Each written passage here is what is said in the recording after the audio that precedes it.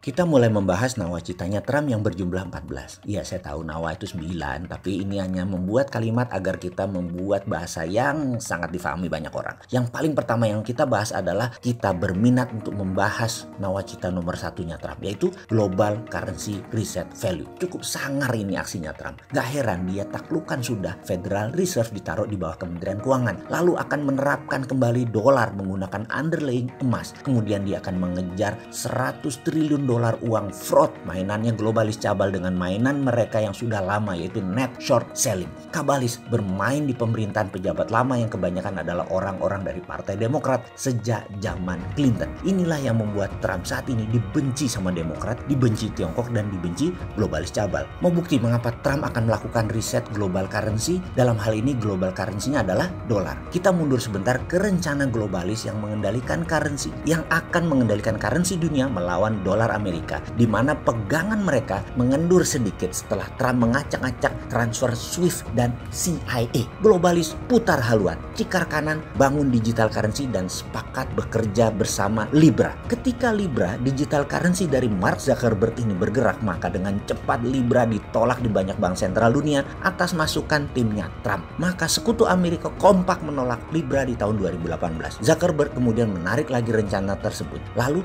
apa yang dilakukan Zuckerberg? Dia membuat infrastruktur keuangan bernama Facebook Pay dan IG Pay yang beredar di pertengahan tahun 2020 ini di Amerika Latin.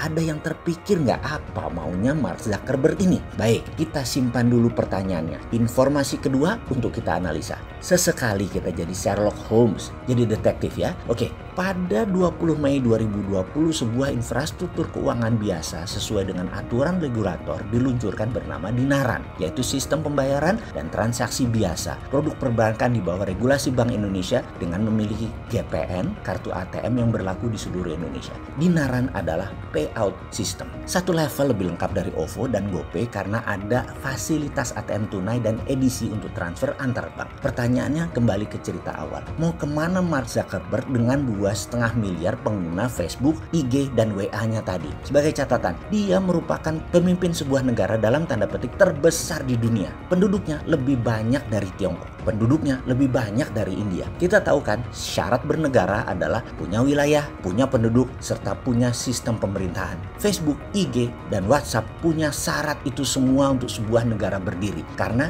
dunia maya, ya Facebook Group ini bisa membuat dunia ini menjadi aktif, menjadi nyata. Dan satu hal terpenting, mengingat marketplace-nya Facebook, IG, dan WhatsApp terbesar di dunia, mengapa tidak dibuatkan internal digital currency yang berlaku di negara Facebook tadi? Ini semua pemikiran mengapa Libra hadir. Maka kecurigaan berikutnya adalah apakah Libra, mata uang digital berbasis algoritma sosmed Facebook, IG, dan WhatsApp ini dengan walletnya Calibra akan tidak jadi diluncurkan? Maka jawabannya tidak mungkin. Saat ini Zuckerberg hanya menunda, tapi tahun 2021 atau tahun 2022 ketika dunia bubrah dengan COVID, ekonomi stuck di banyak negara, maka Libra bisakah meluncur di platform sosmednya untuk marketplace-nya? Jawabannya pasti. Mereka bangun dulu infrastrukturnya, ekosistemnya, lalu pasti dalam 2 tahun ke depan mereka akan luncurkan lagi Libra dengan Calibra sebagai walletnya. Infrastruktur currency-nya disiapkan dulu, yaitu Facebook Pay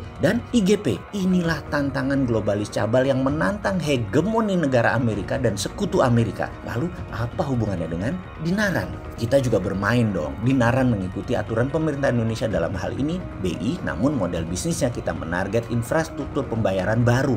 Setelah Dinaran emas, maka untuk menangkap 9 juta turis mancanegara di Indonesia, kita akan meluncurkan Dinaran dolar di Januari 2021. Fiturnya insya Allah udah siap. Rupiah berunderlying dolar. Kita semua tahu tidak semua orang memerlukan rupiahnya dijaminkan emas, namun rupiah dijaminkan dolar juga ada pasarnya. Sehingga dana dolar tadi yang masuk ke Indonesia, di pelanggan Dinaran dolar, mereka akan punya kartu ATM, bisa edisi, bisa tarik tunai. Exchange rate-nya stabil, fee-nya 0%. kurs jual belinya kecil spreadnya. Pulang ke negaranya si turis, dolarnya masih bisa dipakai. Lalu ada peluang lain lagi. Ada 2 juta saudara kita yang berhaji dan umroh setiap tahunnya yang kerepotan dengan real Saudi. Kita pun akan meluncurkan Dinaran Rial sebagai akun ketiga Dinaran. Di Saudi, Rial bisa dipakai ATM, pakai debit untuk transfer. Balik ke Indonesia, rupiahnya dimanfaatkan. Tak perlu repot keluar masuk yang bisa rugi kurs. Jadi, Facebook Pay, IG Pay, infrastruktur keuangan Libra globalis. Sementara Dinaran adalah infrastruktur keuangan lokalis, menguatkan nilai rupiah individu, punya portable personal money changers dan gold exchangers. Lalu yang jadi pertanyaan berikutnya,